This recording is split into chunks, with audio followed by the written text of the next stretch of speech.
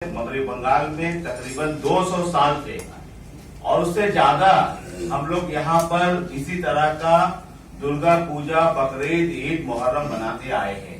लेकिन आज क्या बात हो गया कि हमें इस तरह का प्रेस कॉन्फ्रेंस और इस तरह का सरकारी तौर पर, गैर सरकारी तौर पर करने की जरूरत पड़ी है। इसका वजह सिर्फ एक है, चंद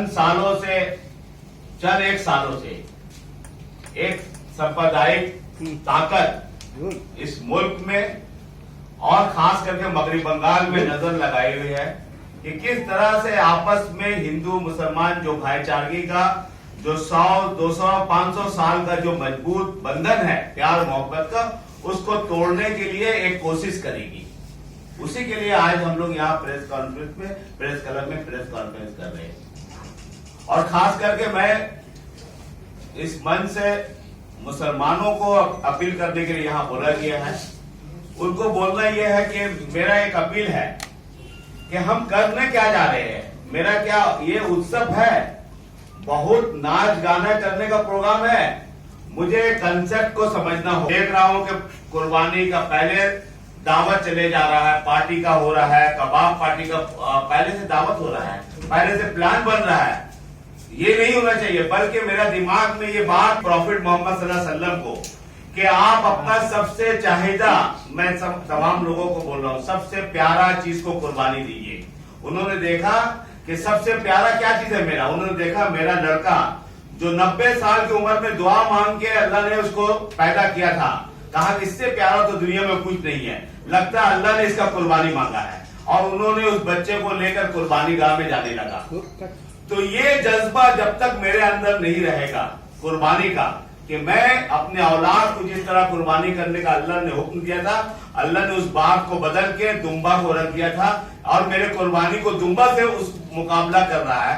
तो मुझे उस बात को सेंस में लाना होगा मैं क्या चीज करने जा रहा हूँ। एक मोहब्बत, एक अकीदा और एक जज्बा कि मैं अल्लाह को राजी करने के लिए कुर्बानी दे रहा हूँ, बल्कि खेल तमाशा नहीं। ये बात मुसलमानों को जहर नसीब करना चाहिए। आज बड़ी बड़ी बात हो रही है कि 50,000 का, लाख का कंपटीशन हो रहा। मुझे मालूम होना चाहिए कंपटीशन नहीं है।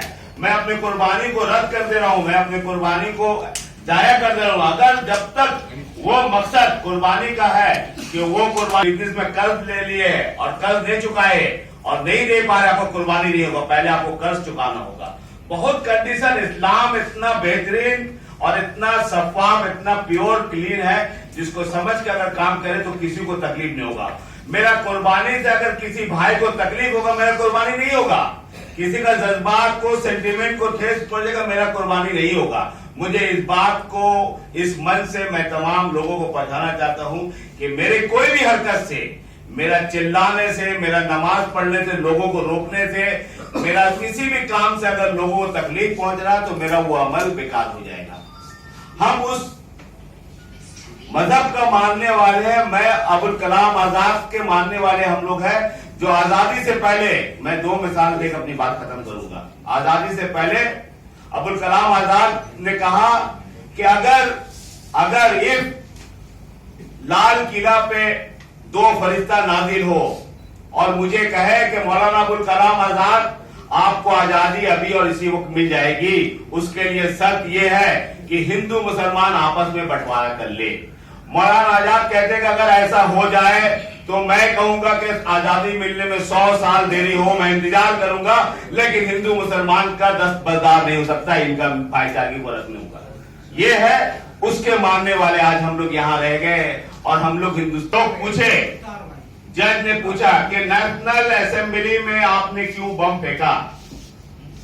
आपको 150 साल में अंग्रेजों के काम से इतना तकलीफ हुआ कि आपने हमें बम फेंका है, जबकि 800 साल यहाँ मुगल और पैठान मुसलमान हुकूमत की है, आपने कभी बम नहीं फेंका, कभी आपने विद्रोह नहीं किया, क्या वजह? उन्होंने कहा कि 800 साल से मुगल ने यहाँ जो राज किया था, उस राज का मकसद था वो अपना पूरा घर बार, अपने खानदान, अपना जानशीन, अपना दौलत सब यहीं पर लाए और यही कमाए और इसी मिट्टी में मर गए। यहाँ से कुछ लेके जाने का नहीं है। और उन्होंने इस देश को ताजमहल और कुतुब मीनार और लाल किला दिया है और इस देश को सजाया है। और तुम इसी लालच में 7 समुद्र पार से अंग्रेज यहाँ पर आए हो और आके यहाँ से लूट के लेके चले जा रहे हो। तुम हमारे लोग नहीं हो, ये मुसलमान हमारे देश का था, इसीलिए मैं उनसे मोहब्बत करता हूँ, इसलिए बगावत नहीं, तुमसे बगावत करता हूँ। यह है मुसलमान का किरदार।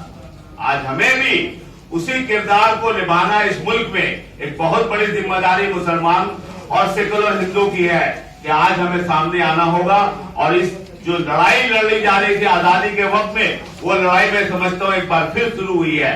फिर हमें एक और कुर्बानी और एक आजादी का लड़ाई, एक भाईचारगी का लड़ाई हमें लड़ना है। शुक्रिया।